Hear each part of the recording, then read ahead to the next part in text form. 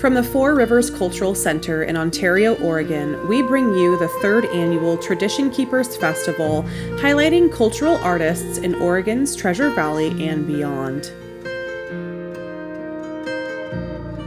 In this episode, you'll meet Taiko drummer Janet Komoto.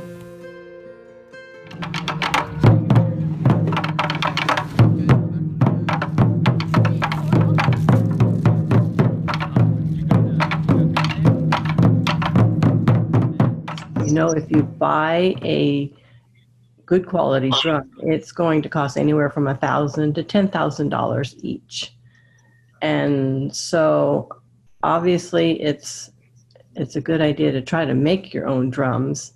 But also I think when you make your own drums, you have more invested in the drum. And also I like my students to know about the process of making the drum, because they understand the soul you put into the drum. So I want them to learn how to respect the drum as well as learn how to make them. And like I said, I think the soul of the drum is created when you're making them. Basically, there's three parts to a drum. It's your wood barrel, your skin, and your tacks. So it sounds like it's pretty simple. I've taken a couple of drum making workshops when I was at Taiko conferences. And so I did a pretty good, like a little Bible of drum making. So I have photos and a description of how to do all this. The two workshops were taught by two different instructors, and both had different techniques. And so you have to decide which one you're going to tackle. And it seems like the more I watch other videos about taiko making, I think, well, yes, I could have done things a little bit differently. But I've just used this one technique that Mark Miyoshi taught us in the workshop, and it seems to work. It's not real precise. Well, I mean, it's precise enough to get the drum made, but there's a lot of little idiosyncrasies that you don't find out until you get into the actual drum making. So the materials are obviously different from the materials that they use in Japan. You know, we don't have large trees to hollow out and make drums. And I don't think we have the same skins. I'm not sure what kind of skins or leather that they use for their drum making. And the tacks are the same, though. The tacks we use are imported from Japan, and I buy them from a supplier in Berkeley.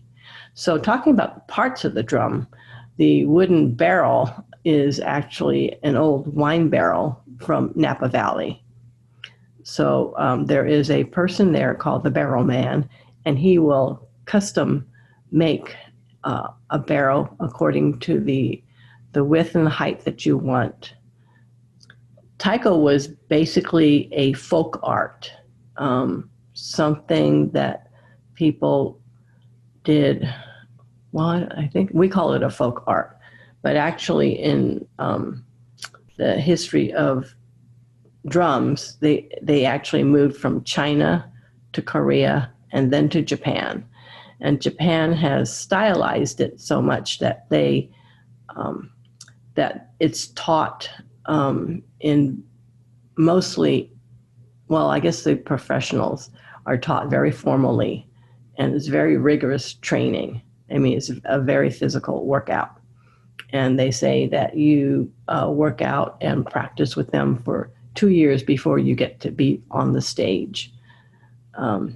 So in Japan, it's very, very formal and very rigorous training. Now, when it moved to the United States in the late 60s, let's say 1970, it started out being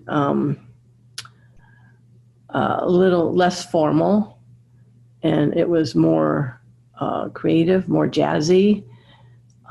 So in the United States here, it's rigorous, but it's not as formal. And when I say formal, on the history of Japanese drums, they were used in religious services. So they were inside of a temple, or they were used before that, used as communication between villages or on the battlefield. So that's sort of the history of how taiko came probably from outdoors into the indoors, into the religious services.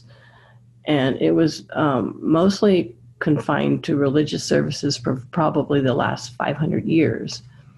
And then about maybe 100 years ago, it started becoming more and more popular as just a recreational thing to do.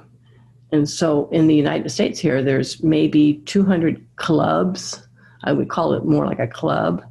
And usually a sensei or a teacher teaches a group of students, and they can be young students or adults.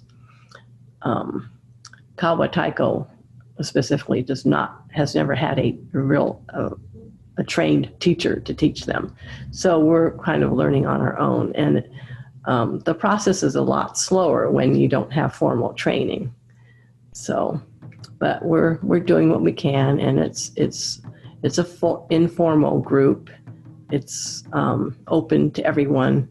We consider ourselves a community-based group rather than having specific requirements like being part of a Buddhist temple or having other specific requirements to be a member. I don't know if there's necessarily taboos against women playing, but traditionally it was all male, like a lot of things. Men kind of ran everything. But I think, I know here in the United States, it started off with male instructors, and they invited women in to play fairly early. So there are women taiko players that have been around for 50 years here in the United States. In Japan, I don't know when they started allowing women to participate in taiko, but I know in some of the formal groups in Japan, the professional groups, I don't see a lot of women in those groups. It's still a lot of men. Just like everything the Japanese do, everything is very disciplined and rigorous and specific. The training can be very physical, but that's why I think taiko is great for all ages from 6 to 96, because you can play at whatever level you want. Everybody can play a drum, right? If you can hit a drum, you can play. So I think everyone is welcome to play. A lot of taiko music is not written down. You have to memorize it. So it's a folk art in a traditional sense, in that everything is passed down kind of verbally or by rote. It's just like storytelling. You pass those traditions down, and taiko music was like that.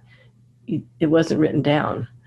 And we are able to write some songs down, but not a lot of them. So we said, well, we just haven't written this one down. It's just too complicated to write it down. So you're just going to have to learn it by the way we teach you, There's about 3 or 4 notes in Japanese or taiko drumming. So don is a very loud hit, and so it's a don is, and so when you write something down, don, don, don, don, you might write it down as do go, do go, do go, do go. So meaning right hand, left hand, right hand, left hand.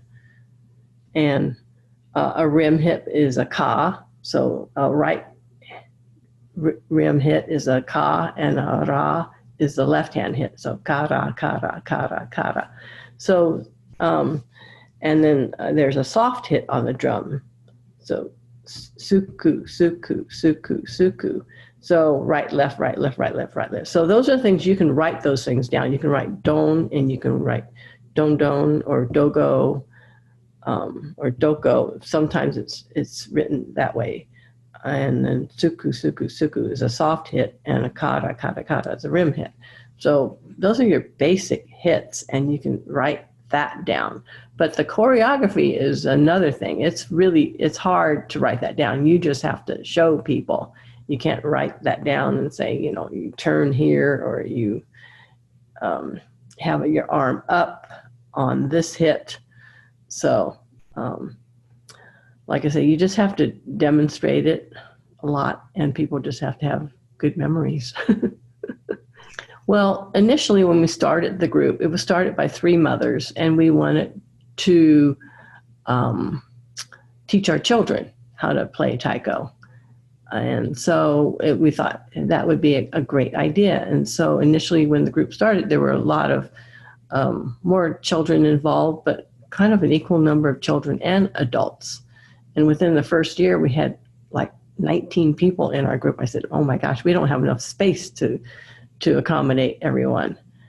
But anyways, we wanted to have a traditional culture to pass on to children. And basically, now it's sort of morphed into wanting people in the community to learn how to play. Because why not? You can learn someone else's culture. You can learn African drumming. You can learn belly dancing. You can learn, you can learn traditional Japanese drumming. And we teach everyone for free. There's no cost except maybe, buying some of your own equipment. But I think it's just a wonderful thing to share. And why not? We just, like I said, everybody that wants to learn how to drum should be able to learn how to drum. You just have to put in the time and the commitment. And I think about how I have practiced for almost every weekend for about 3 hours for the first 18 years and never missed a session. I keep doing it because I'm hoping that other people can share in the joy of playing taiko, and I don't mind doing it as long as there's interest. I'd like to retire one of these days, but I think as long as I'm physically able to, I will just keep going for a while.